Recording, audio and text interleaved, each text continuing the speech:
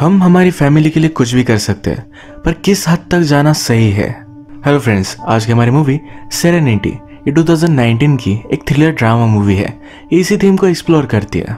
एक फिशरमैन की ex wife उसके पास आती है, उससे हेल्प मांगती है।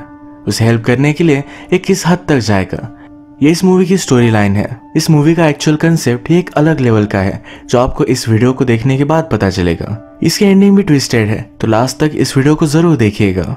वीडियो स्टार्ट करने से पहले मैं आप सबसे रिक्वेस्ट करना चाहता हूँ, अगर आपको वीडियो अच्छा लगता है तो प्लीज इस वीडियो को लाइक और कमेंट जरूर कर दीजिएगा।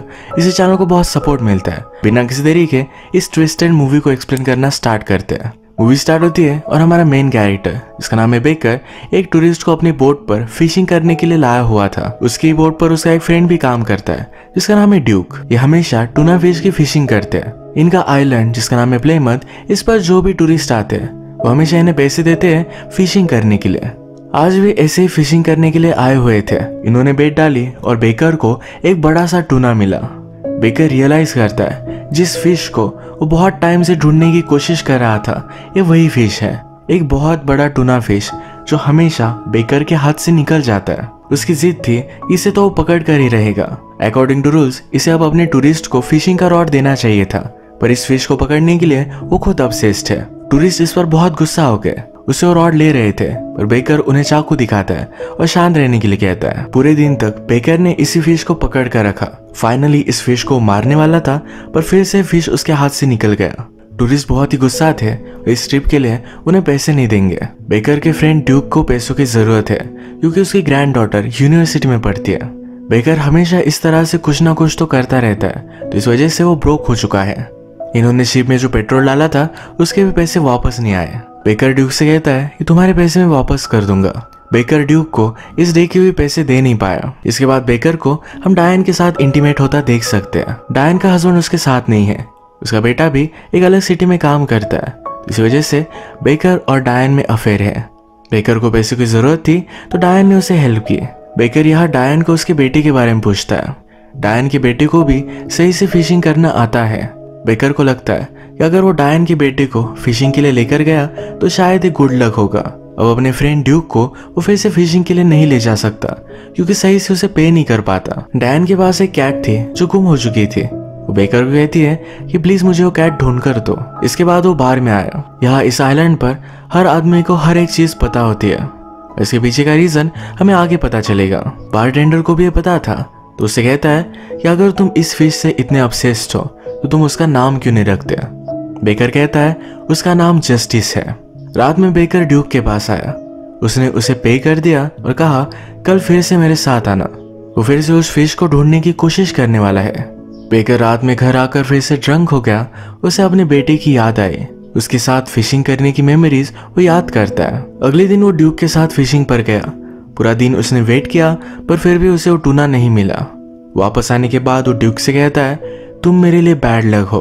तुम्हारे बैड लक की वजह से तुम्हारी वाइफ भी मर गई। उसने जानबूझकर ड्यूक को हर्ट किया ताकि वो उसके साथ काम ना करे। एक अच्छी सी जॉब ढूंढ ले जिससे वो अपनी ग्रैंड डॉटर के लिए पैसे भेज सकता है। रात में जब बेकर बार में था तो उसके पास कैरन आई।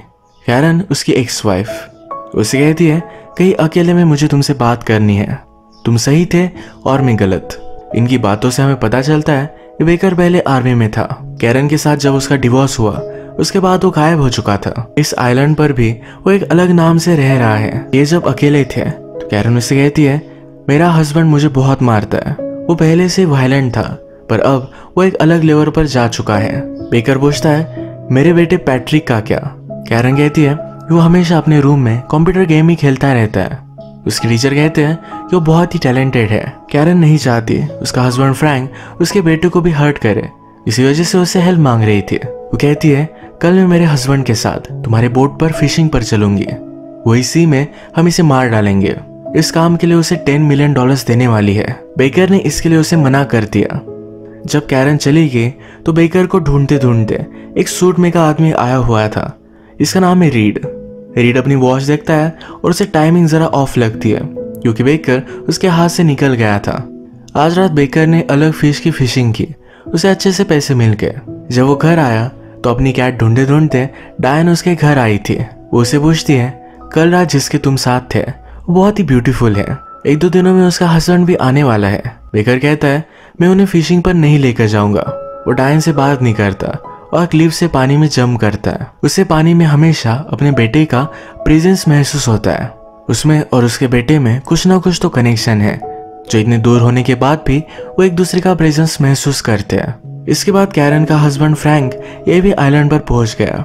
कैरन उसे जल्दी एक्सपेक्ट नहीं कर रही थी, पर उसे मिलने के लिए 1 दिन पहले वो आ चुका था। आने के बाद तुरंत वो कैरन के साथ इंटीमेट होना चाहता था। उसने उसे अनड्रेस किया। नोटिस करता है कैरन की बॉडी पर एक मार्क है। उसके बारे में उसे पूछता है। कैरन को इसका रीजन पता नहीं था। इसके बाद उसने 1 घंटे तक अपनी बेल्ट से उसे बहुत मारा। नेक्स्ट सीन में बेकर फिशिंग के लिए जब हुक्स बाय कर रहा था, तभी वहां की लेडी उसे बताती है कैरन का हस्बैंड वापस आ चुका है। उसने उसे 1 घंटे तक बहुत मारा। जैसे कि हमें बताया गया है कि इस टाउन में हर आदमी को हर चीज पता होती है। इस वजह से इस ओनर को भी पता था कैरन को उसके हस्बैंड ने मारा है। बेकर ने कुछ भी नहीं कहा और वहां से चला गया। वो जब बोट पर था तो उसके पास कैरन और फ्रैंक आया। फ्रैंक कहता है कि मेरी वाइफ बता रही थी कि तुम मुझे फिशिंग पर नहीं लेकर जाने वाले। बेकर कहता है मैंने कुछ वायलेशंस किए थे, इस वजह से मैं किसी को भी अकेले बोट पर नहीं लेकर जा सकता। फ्रैंक ने कहा इस आइलैंड पर कोई भी रूल नहीं है, वो अमीर है तो किसी को भी मैनिपुलेट कर सकता है। बेकर फिर भी इसके लिए मना कर रहा था। फ्रैंक कहता है कल तुम आओ या ना आओ, 7 बजे मैं तुम्हारे यहाँ वेट करूंगा।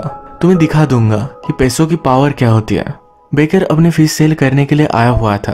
वहां का आदमी उसे कहता है तुम्हें कोई ढूंढ रहा था। यहाँ वही सूट वाले आदमी रीड की बात हो रही थी। नेक्स्ट सीन में हम देखते हैं कि बेकर अभी डायन के साथ इंटीमेट हुआ। डायन बेकर से कहती है कि तुम बहुत ही जेंटल हो, कभी भी किसी को हर्ट नहीं कर सकते। जब भी मेरी कैट गुम हो जाती है तो मुझे हेल्प करते हो। मुझे लगता है तुम्हें कैरन को हेल्प करनी चाहिए। बेकर का फिर भी फ्रैंक को मारने का कोई भी प्लान नहीं था।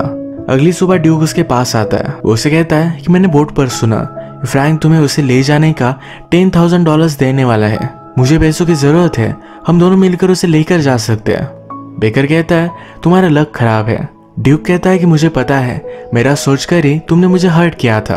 बेकर फिर ड्यूक के लिए मान गया। यहाँ पर वो लैंड के ऊपर एक बर्ड देखता है जो हमेशा सी के ऊपर ही उड़ता है। ये बहुत ही अजीब था, जैसे कि वो बेकर को सी में चलने के लिए बुला रहा था। कैरन बेकर को समझाने के लिए फिर से उसके पास आए। बेकर कहता है मैं सिर्फ तुम्हें फिशिंग लेकर जाऊंगा, ये तुम्हारे हस्बैंड को नहीं मारने वाला।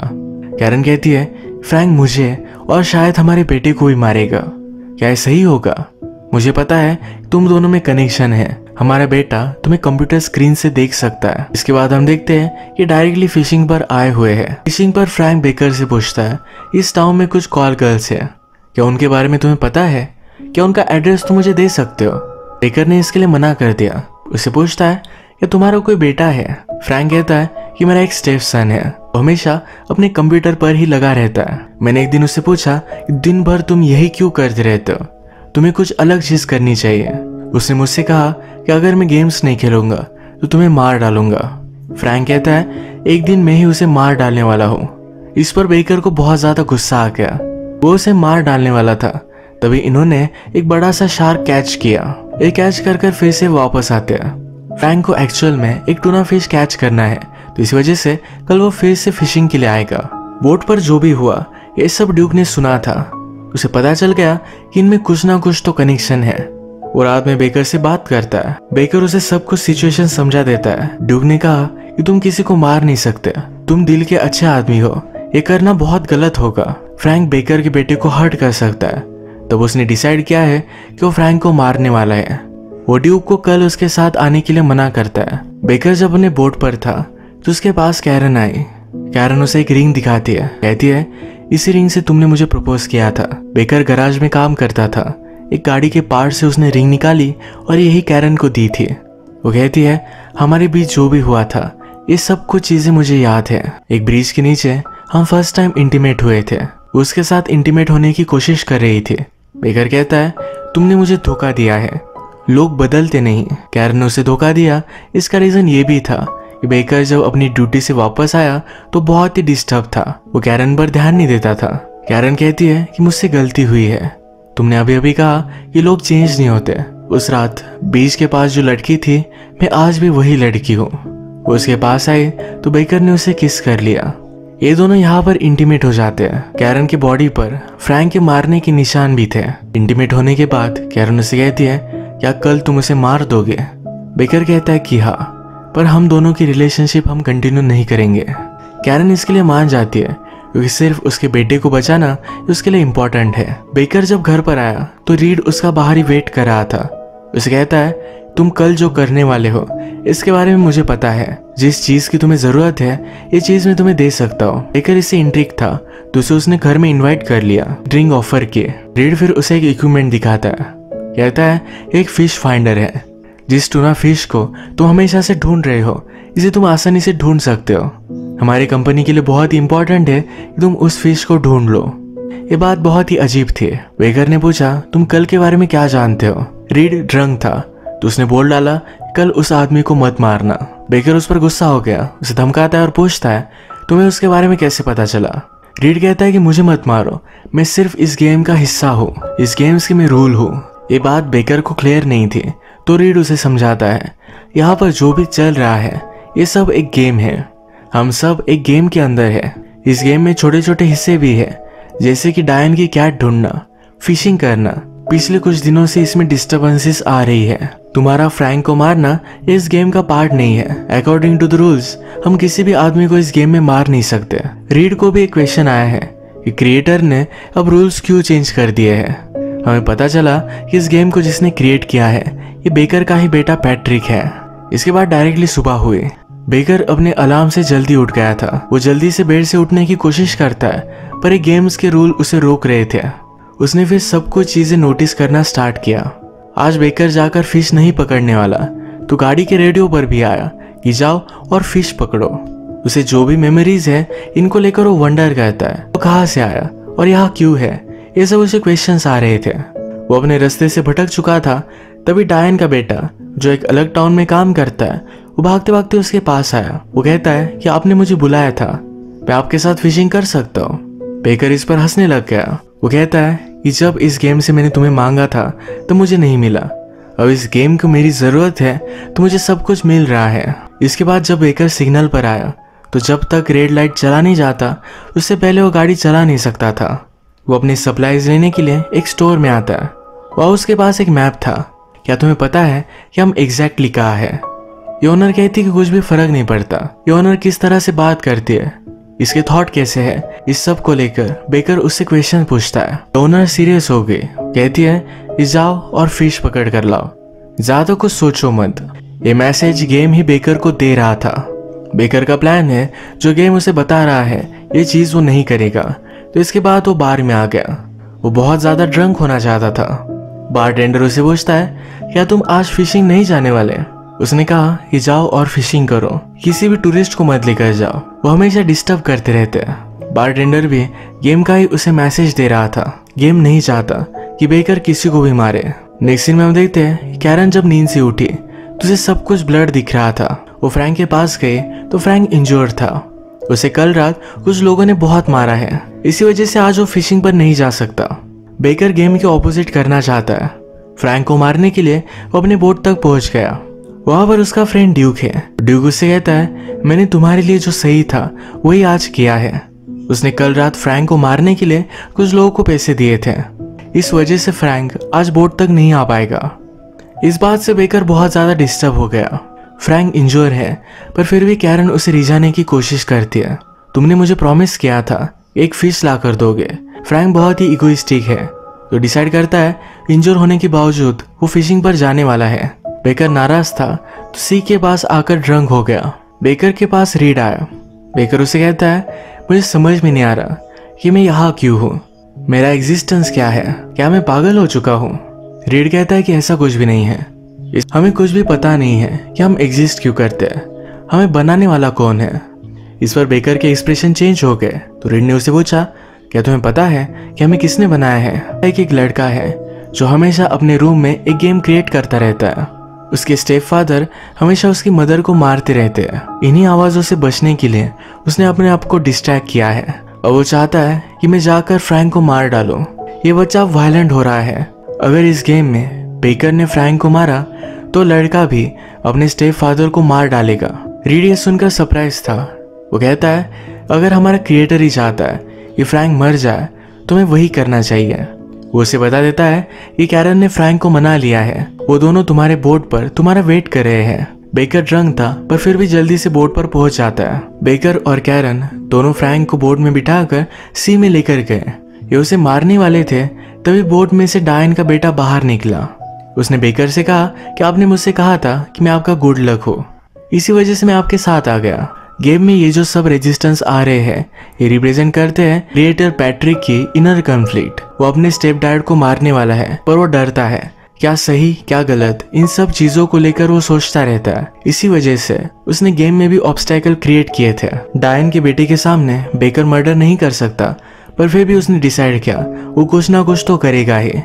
उसने उसे ऊपर काम करने के लिए कहा। थोड़ी देर बाद एक बड़ा सा फिश इनके हुक्स में अटक गया। ये वही बड़ा फिश था जो हमेशा से बेकर ढूंढना चाहता था। इसे कंट्रोल करना बहुत ही हार्ड है। फ्रैंक तो फिशिंग करने के लिए आया था। फिश का रॉड बेकर उसके हाथ में दे देता है। फिश बहुत ही स्ट्रांग है तो फ्रैंक उसे कंट्रोल नहीं कर पाया। फ्रैंक फिश के साथ ही पानी में गिर गया। फिश और फ्रैंक दोनों अटैच थे तो ये फिश उसे अपने साथ लेकर गया। ये सब एक एक्सीडेंट की तरह लगा तो डायन के बेटे को कुछ भी शक नहीं गया। बेकर को कोई भी लीगल ट्रबल नहीं होगा। इसके पैरेलल में रियल वर्ल्ड में हम देखते हैं पैट्रिक जाकर अपने स्टेप डैड को मार डालता है। फिर पुलिस को बुलाया गया। पैट्रिक की मदर ने कहा मेरा हस्बैंड मुझे मार रहा था, पैट्रिक मुझे बचाने के लिए आया। सेल्फ प्रोटेक्शन के लिए उसने अपने स्टेप डैड को मार डाला।